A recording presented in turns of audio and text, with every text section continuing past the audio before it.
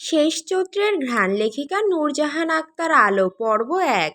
আর করব না শুদ্ধ ভাই, ভুল হয়ে গেছে আমার, এবারের মতো মাপ করে দেন।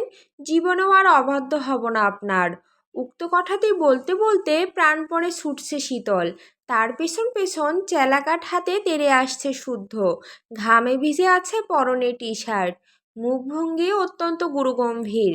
ধীর কপালও ঘাড় বেয়ে ঝরে যাচ্ছে চিকন সরু ঘাম। এই মুহূর্তে রাগে দিক শূন্য সে। জেদ চেপেছে শীতলকে উচিত শিক্ষা দেওয়ার। সে ঢাকা থেকে বাড়ি এসেছে আজ প্রায় 3 দিন হলো। 3 দিনই সে খেয়াল করেছে শীতল কিছু একটা লুকাচ্ছে। কি লুকাচ্ছে সেটা গতকাল রাতে ধরেও ফেলেছে। সেই সঙ্গে নজরে পড়েছে শীতলের পদে পদে উড়নচণ্ডী ভাব। সব কিছুতে গা ছাড়া মনোভাব ও লাগাম ছাড়া কথাবার্তা। আর এগুলো সে মোটেও পছন্দ করে না। তাই বরদাস্ত করার প্রশ্নই আসে না। কারণ এই 3টে বৈশিষ্ট্য বকে যাওয়ার প্রধান কারণ। আর তার মতে কারো ভুল শুধরে দেওয়ার পরেও সে যদি বারবার একই ভুল করে, তার পানিশমেন্ট আপনা আপনি ফরজ হয়ে যায়। শীতলেরও তাই হয়েছে। সময় এসেছে শক্ত হাতে তার লাগাম টেনে ধরার। এজন্য সেও আর দেরি করল না। সঠিক মানুষকে সঠিক পন্থায় সঠিক পানিশমেন্ট বুঝিয়ে দিতে চেলাকাঠ হাতে সামনে এগিয়ে গেল। কিছুক্ষণ আগের ঘটনা, তখন সকাল 6:30। ঘুম থেকে উঠে পরিপাটি হয়ে বাগানে এসেছে শীতল। পরনে গোলাপি রঙা নতুন 3 পিস। লম্বা কালো চুলগুলো সযত্নে বেনুনি করে সামনে এনে রাখা। মনটা বেশ ফুরফুরে। ঠোঁটে মিষ্টি হাসি। স্নিগ্ধ মুখখানায় অপার মায়া, ডাগর ডাগর নেত্রজোড়ায় আনন্দের রেশ। এত খুশির কারণ নেই, তবুও সে খুশি। কারণ গোমরা মুখে থাকতে ভালো লাগে না তার। দুদিনের ছোট এই জীবনে 1.5 দিনই যদি মন খারাপ করে থাকে, তাহলে হেসে খেলে জীবন উপভোগ করবে কখন? এটাই তো সময় জীবন উপভোগ করার। মুক্ত পাখির ন্যায় স্বাধীন মনে উড়ে উড়ে ঘুরে ঘুরে বেড়ানোর। মনে মনে একথা ভেবে ঠোঁটে হাসি এঁটে আশেপাশে তাকালো। একটু দূরে দারোয়ান কাকা মেইন গেটের সঙ্গে লাগোয়া ছোট ঘরে নাক ডেকে ঘুমাচ্ছে। দলে দলে পাখিরা নিজস্ব স্বরে ডেকে জানিয়ে দিচ্ছে সকালের আগমনী বার্তা। সে কয়েক ধাপে গিয়ে দৃষ্টি ছুড়ল মেইন গেটের ওপাশে। সামনের রাস্তা দিয়ে 2-1জনকে হাঁটতে দেখা যাচ্ছে। তাদের পাশ কাটিয়ে রিকশা টুংটাং শব্দে আসতে যাচ্ছে নিজস্ব গন্তব্যে। গেটের আশেপাশে কাউকে না দেখে সে দীর্ঘশ্বাস ছাড়ল। কিছুক্ষণ আগে বেলকনিতে দাঁড়িয়ে দেখেছে শুদ্ধ ভাই জগিং করতে বের হয়েছে। যদিও ওনার ফিরতে দেরি হয় প্রায় দিনই, তারপরও একটু সতর্ক থাকা ভালো। আর যে কটা দিন থাকবে অবশ্যই চোখ কান খোলা রেখেই চলতে হবে। কারণ এই লোকের শকুনের মতো তীক্ষ্ণ দৃষ্টি, শেয়ালের মতো ধূর্ত বুদ্ধি। সহজে চোখ ফাঁকি দেওয়া যায় না, কিভাবে যেন সব বুঝে যায়। একবার যদি তার উদ্দেশ্যের ব্যাপারেও বুঝতে পারে, তাহলে খবর করে ছাড়বে। এসব ভাবনার সেট ঘটিয়ে আয়না দাঁড়িয়ে নিজের কাজে লেগে পড়ল। ফোনটা সঠিক স্থানে রেখে আলতা পরা খালি পায়ে ঘাসের উপর হেঁটে একটি ভিডিও ধারণ করলো। চমৎকার হয়েছে ভিডিওটা। গাছের ফাঁক ফোকর দিয়ে সূর্যের নরম আলো ঘাসে পড়ায় নজর কাটছে বেশি। তাও একটু এডিট করে একটা হিন্দি গান লাগিয়ে নিলেই হবে। সকালের দিকে রান্নাঘরে তাড়া থাকায় বাড়ির গৃহিণীরাও বাগানের দিকে আসে না। আর ছোটরা 7টার পর ঘুম থেকে ওঠে। এই সুযোগে সে বাগানের ফুলের সঙ্গে গাছের সঙ্গে হেলান দিয়ে ঘাসের উপর বসে এক এক পোজে এক এক রকমের ভিডিও নিল। ভিডিওগুলো তার মন মতো হওয়ায় হাসি লেপ্টে রয়েছে অধর জুড়ে। ভিডিওগুলো দেখতে দেখতে ভাবলো লাস্ট আরেকটা ভিডিও নিয়ে চলে যাবে। ঘড়ির কাঁটা তখন টিকটিক করে এগিয়ে যাচ্ছে 8-এর ঘরে। যমরাজের ফেরারও সময় হয়ে গেছে। তাই সে দ্রুত চুলের বিনুনি খুলে খোলা চুলে পোজ নিয়ে দাঁড়িয়ে সামনে তাকাতেই বরফের ন্যায় জমে গেল। তার থেকে কয়েক হাত দূরে ভ্রুকুচকে তাকিয়ে আছে শুদ্ধ ভাই। ওহ যা, ধরা পড়ে গেল। এখন কি বলবে? সে উপায় না পেয়ে গাল ভর্তি হেসে বলল, হে হে, ভালো আছেন শুদ্ধ ভাই? জগিং সেরে ফিরলেন? তুই এখানে কি করছিস? এমনি এমনি হাঁটাহাঁটি করছিলাম আর কি। হাঁটতে গেলে পায়ে আলতা পরতে হয়। গরম লাগছিল। যা গরম। আলতা আলতা তো রাতেই পরেছিলাম। শুদ্ধ আর একটা কথাও ব্যয় করলো না। শুধু এদিক ওদিক তাকিয়ে কিছু একটা খুঁজতে লাগলো। পেয়েও গেল কাঙ্ক্ষিত জিনিসটি। সে একটু গিয়ে অনুষ্ঠানের জন্য আনা চেলাকাঠের স্তূপ থেকে তড়িৎ গতিতে চেলাকাঠ হাতে তুলে নিল। শীতল ভয়ার্ত চোখে তাকালো, হাত দুটো থরথর করে কেঁপে উঠল। মস্তিষ্ক সংকেত পাঠালো, এর মতিগতি সুবিধার নয়, পালা শীতল পালা। অবস্থা বেগতিক বুঝে সে ফোনটা ফেলে প্রাণপণে দৌড়াতে শুরু করলো, আর মুখে বলতে লাগলো, আমি কিছু করিনি শুদ্ধ ভাই, ছেড়ে দেন, মরে যাবো ওটা দিয়ে মারলে।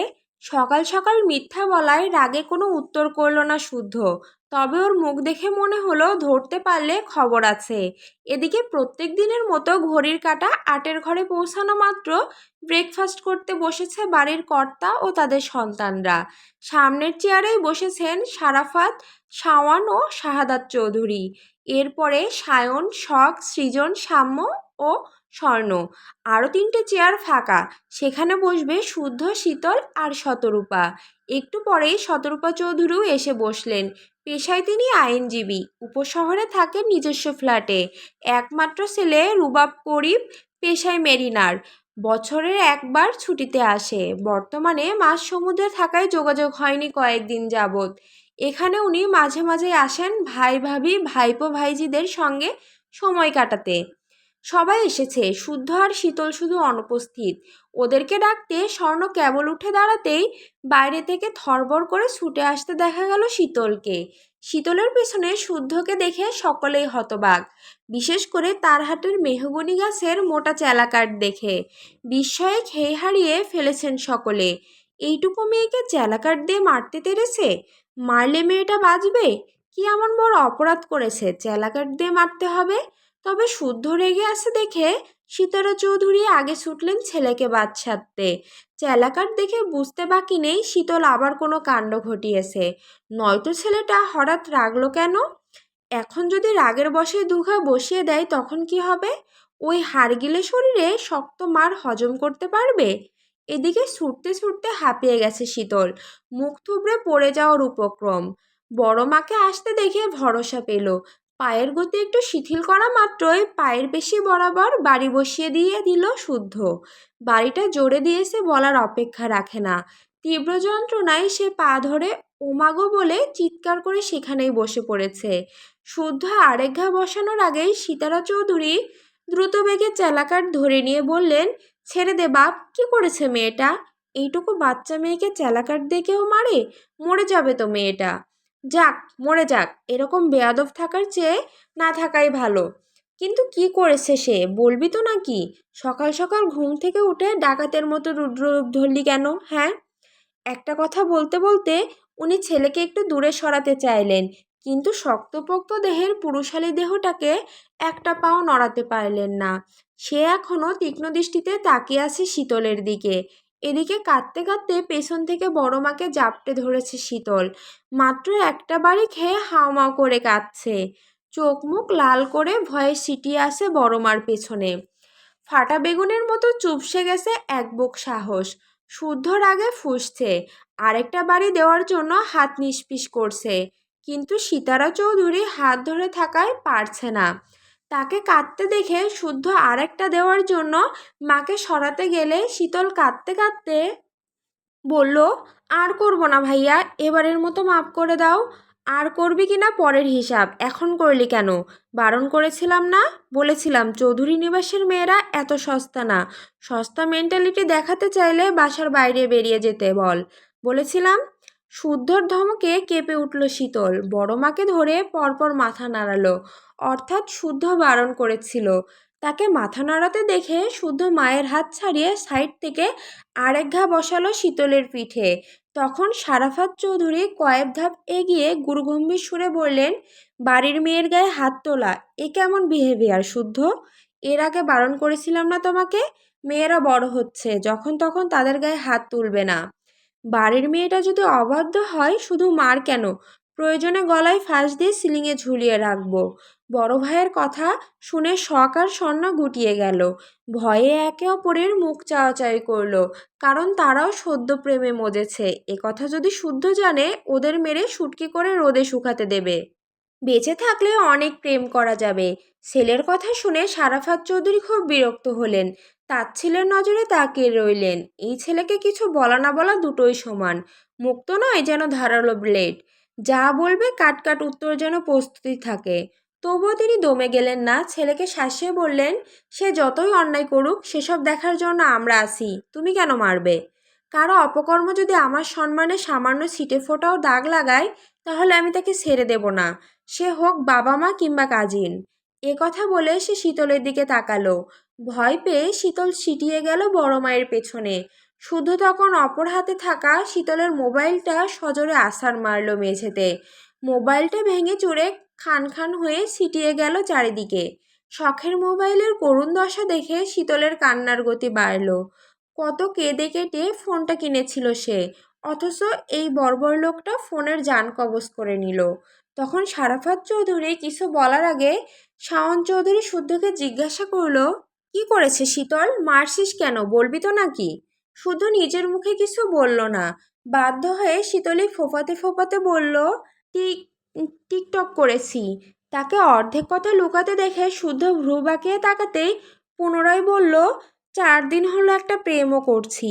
এ কথা শুনে উপস্থিত সকলের বিস্মিত নজর গিয়ে পড়ল শীতলের দিকে।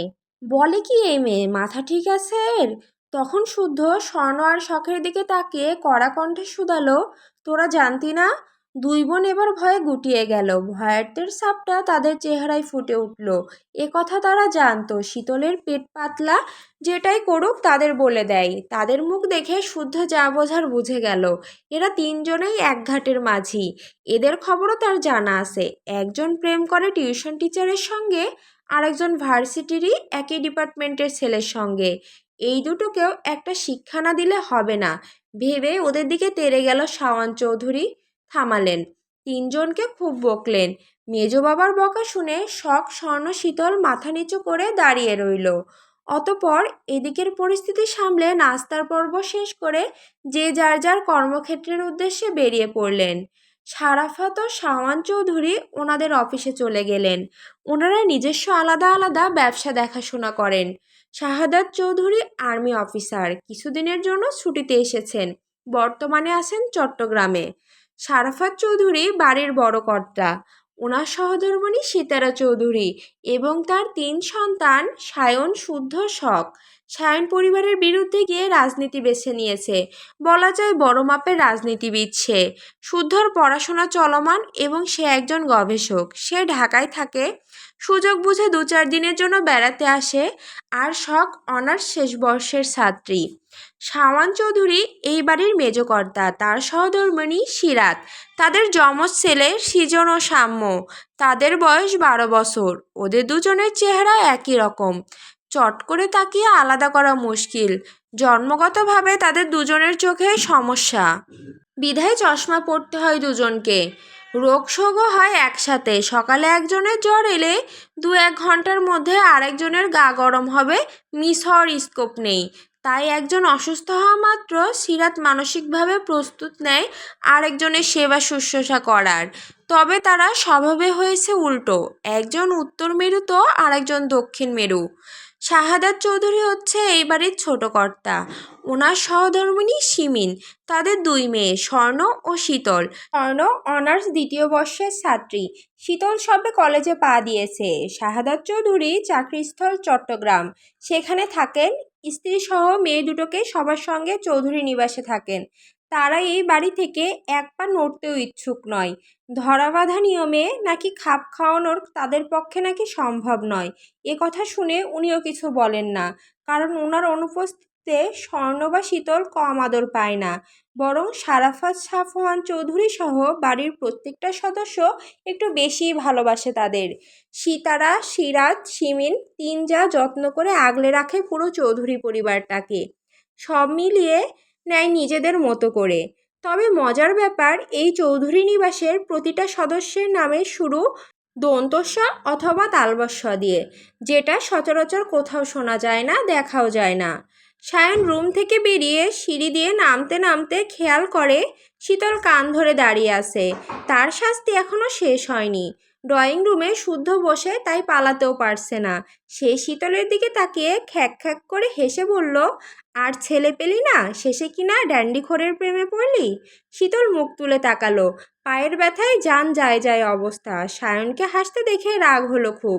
কোথায় তাকে বাঁচিয়ে বড় ভাইয়ের দায়িত্ব পালন করবে, তা না করে দাঁড়িয়ে দাঁত কেলিয়ে হাসছে। মীরজাফরের দল একটা, সময় তারও আসবে। সায়নের হাসি সহ্য হলো না, তাই শীতলও খ্যাক করে বলল, কে ড্যান্ডিখোর? সে মোটেও ড্যান্ডিখোর না। এ কথা শুনে সায়ন হো হো করে হেসে ফেলল। তখন তাদের কথার মাঝে সিরাত অর্থাৎ শীতলের মেজমা এসে উপস্থিত হলেন।